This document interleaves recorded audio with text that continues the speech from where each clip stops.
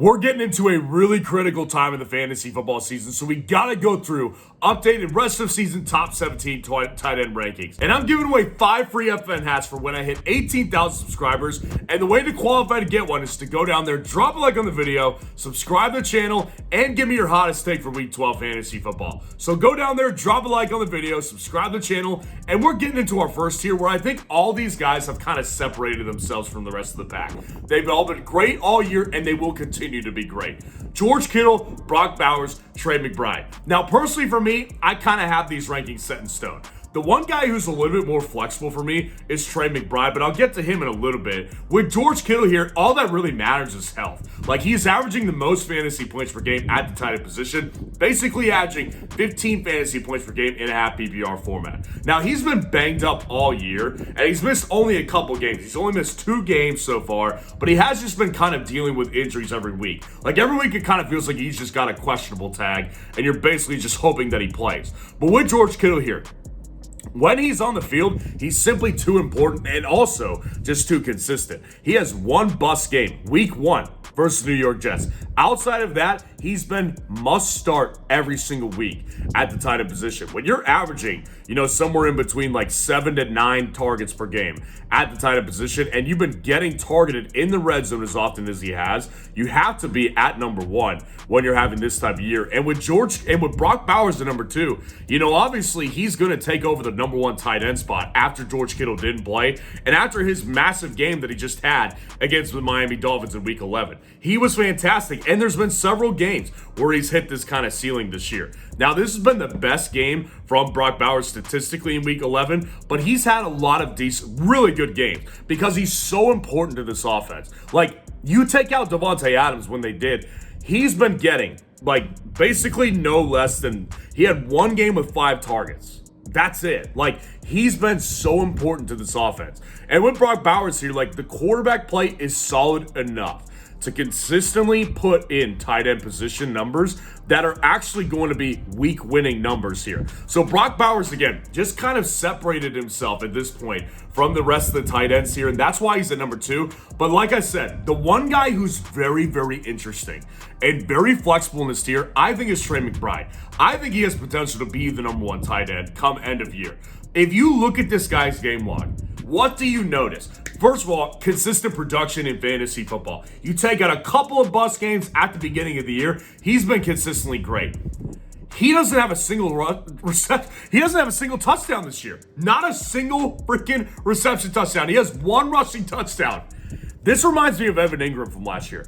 Very consistently good all year, and then the touchdowns came after the bye week. That's what I think we could see with Trey McBride. And if he starts scoring touchdowns, he's going to be giving George Kittle and Brock Bowers numbers 25, 30-point games. That's what he absolutely can do for you. So to me, McBride is very, very flexible in these rankings, and I love him inside of the first tier. And honestly, I think you could rank him at number 1 if you really wanted to. Dropping down to our next tier right here, I've got David Njoku at number 4 and Cade Otton at number 5. Now, these guys are kind of, I think, alone in their own tier because they haven't been great season long like the other guys in tier 1, right?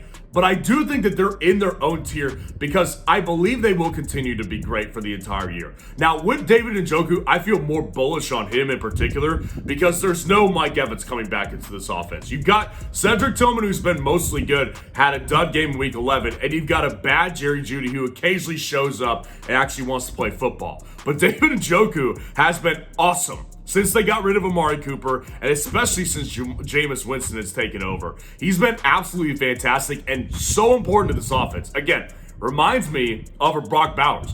They cannot afford to not use him every single week. So David Njoku in a half PPR format, 1 bad game in the past month, because he's just that important in this offense here. So with David Njoku, I just think that this one continues to go in his favor. And then with Cade Otton here, the one thing, again, that I'm not quite as bullish on with Cade Otton is the fact that Mike Evans is coming back. So that probably does eat into his workload on a weekly basis. But with Cade Otton, without Chris Godwin, that really just kind of solidifies his role to a certain extent. Now, to what extent it is, I don't know.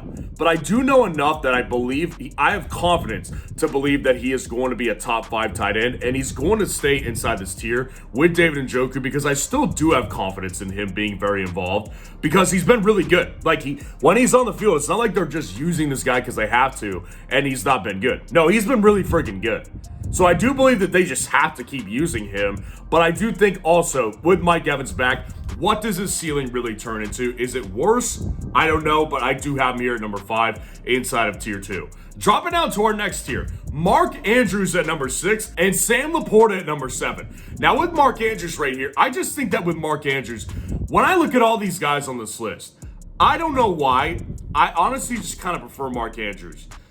Mark Andrews, you take out that first month, and honestly, I've said this a lot, I think Mark Andrews' first month of the year was kind of him psychologically recovering from his car crash that he had before the year. I think that actually did some, damage to his psyche and maybe just his ego a little bit. But since that first month of fantasy, since week 5, 7.5 fantasy points, 14.1, 18.1, 12.1, 3.6, 15.8, 3.2. Now, those bad games, they were not because he was bad. The first month, he was actually bad. Like, he was dropping balls. Those last 2 games were because sometimes they just don't have him involved as much. Now, that's why he's not a tier 2 tight end anymore, because I don't trust the consistency in this one. But I do trust that this offense still does move through him enough on a weekly basis to where he still is going to give you big games this year, where I don't have as much confidence as in Sam Laporta. Obviously, Sam Laporta is injured right now. We don't know the status of him, when he'll be playing again. Maybe it's week 12, maybe it's week 13. But Sam Laporta on a weekly basis, his importance to the offense really fluctuates. And it's not like he ever dominates and takes over a game. Andrews can do that still. Laporta hasn't done it. He's had 2 games with 6 targets. And it really just comes down to, does he get in the end zone that week or not? Because sometimes he does, and it gives you a good game, but sometimes he doesn't, and he gets you a lot of bust games. He's busted quite a bit this year, and really, realistically, his big games have been 16, 17 points, depending on your format you play in. So Laporta, I just don't trust that this is sustainable like it is with Mark Andrews, because his variables on a weekly basis of importance have just been more wide than Mark Andrews has over the last 2 months, to me particularly. And then I've got Travis Kelce at 8 and Kyle Pitts at number 9. Listen, with Travis Kelce, obviously this guy is so capable of giving you a game like he gave you in week 11. The problem is, guys, this is why I said don't draft him. He's old. He's in his late 30s, man. It's no wonder why he's been so hit or miss this year. Now, I still like him enough because they have to use him, right? Ever since Rashee Rice went down, they've had to up his usage. He's been averaging 10 targets per game basically since then.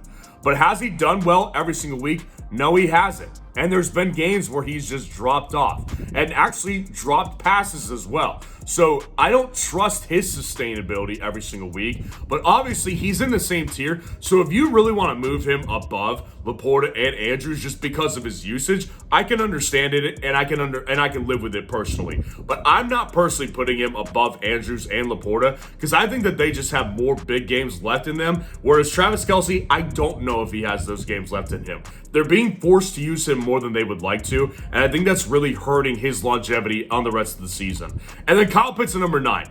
Obviously, Kyle Pitts has been really hit or miss this year. He's had his best year since his rookie year, but the last 3 weeks, 1.6, 7.5, 1.4 fantasy points. It's just this guy has been pretty disappointing throughout his entire career. He's had a couple good games, and ultimately, I just don't trust his volume on a weekly basis. Because, his volume fluctuates. Over the last 4 games, 9 targets, 5 targets, 1 target, 6 targets. It's just not very consistent, right? So I just don't trust his usage to be able to hold up on a weekly basis. And there will be some weeks where he does really well for you. And I like him. I like to play him because of that. But there's also weeks where you have to expect this type of performance, and that's what you can get, 40 to 50% of the time with Kyle Pitts. I'll tell you what you can also expect is in week 12, Matt Stafford to hit the higher on 0.5 total yards. That is what his projection is on Underdog this week. You hit the higher on this one, you're winning free money basically. So if you're a new customer and you want to take advantage of this, go down in the comments and grab the link that's there and use code FFN to sign up for Underdog. They will match your first deposit 50% up to $1,000 in bonus cash when you hit the higher on the sweat-free projection for Matt Stafford this week. Dropping down to our next tier right here. I've got Dallas Goedert at number 10 and Hunter Henry at number 11. So with Dallas Goedert here, obviously with him, his season has been like a lot of others where he's just been in and out of the lineup quite a bit. But when he's been in, he's actually done really well. Like on a per game basis, he's averaging 8.6 fantasy points per game. And he's been important to the point where I think it's very, very sustainable. Again, how many more games does he miss? Because he missed 3 games, and even when he got back, like there's still been talk about like, oh, his ankle's bothering him. Oh, he's got a couple more ailments. And it's like, it's hard to kind of predict that he's going to stay in the lineup for, the rest of the season. But when he is in the lineup, he's he's been pretty good a lot this year. Like nothing absolutely huge since that week 3 game versus New Orleans, but for the most of the year, like he's been just really sustainably getting you 8 to 10 points in fantasy depending on your format. And that's kind of what you can ask for at the tight end position, to be really consistent in getting you 10 to 12 points in fantasy. And that's what he's kind of been able to do. And I expect that because he's got some really good matchups versus the Carolina Panthers, versus the Commanders again, versus the Pittsburgh Steelers, versus the Ravens. Like he's got good matchups that I think he'll take advantage of. And then when I've got Hunter Henry here at 11, Hunter Henry has actually become really good in fantasy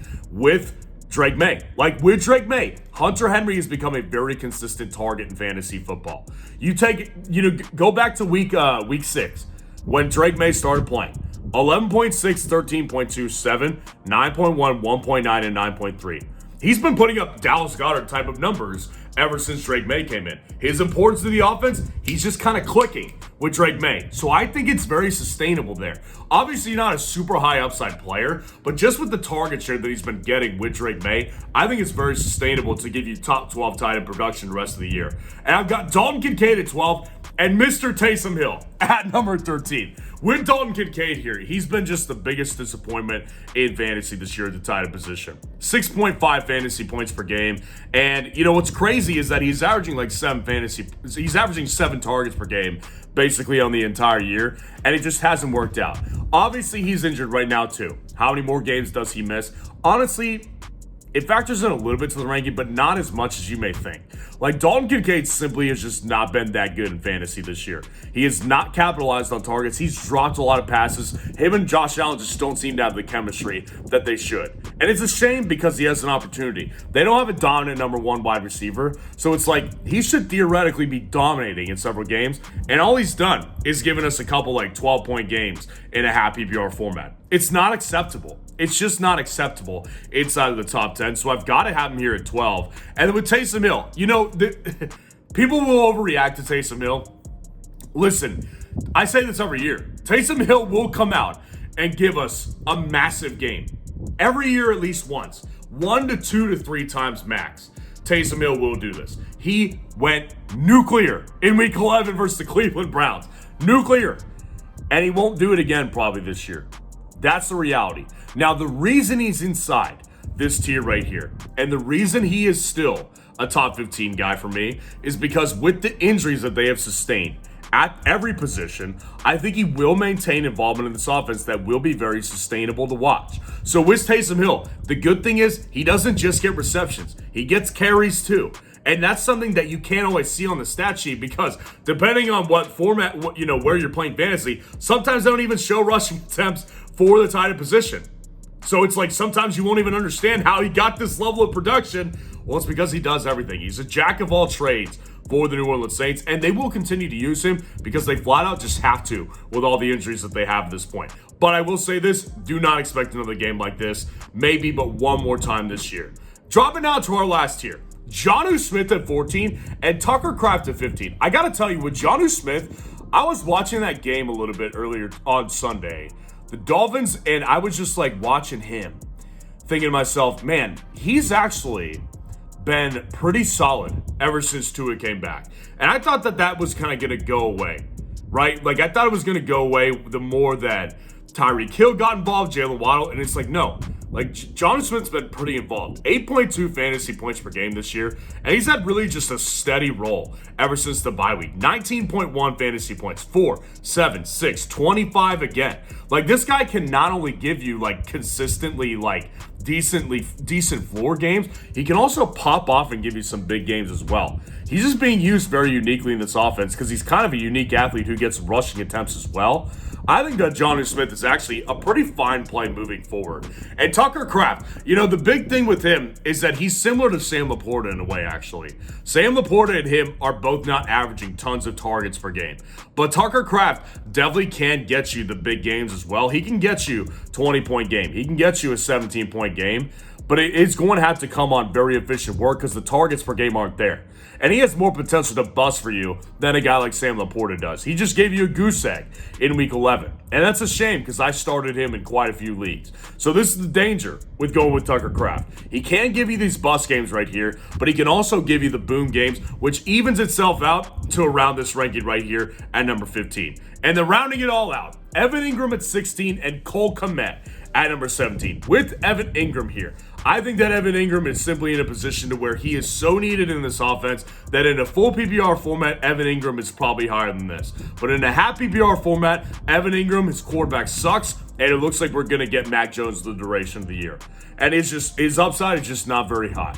His upside is completely tied to targets per game, and if he gets anything less than 8, he's just not going to be that good of a play in fantasy because they can't get down towards the red zone. They can't get any red zone targets for him. He's just going to have to work over the middle of the field, and he's just not as athletic as he once was in his career, so he's not going to break off big plays. He is completely tied to target share, and I don't think that it's going to get much better from here. And then with Cole Kmet, again, very similar to Tucker Kraft, there's games where I like him because he has that big play upside, but there's a lot of games where he disappears too. Now, the one thing that's kept him inside the top 17 for me this week is because of the fact that Cole Kmet is with a new offensive coordinator, and maybe it shakes up and shakes in his direction. So I do think that he has potential moving forward, but obviously based on what he's given you over the last month, you cannot rank him any higher than this right here. So let me know how your team did in week 11, and if you want to see the rest of the season quarterback rankings for this year, click on this video right here.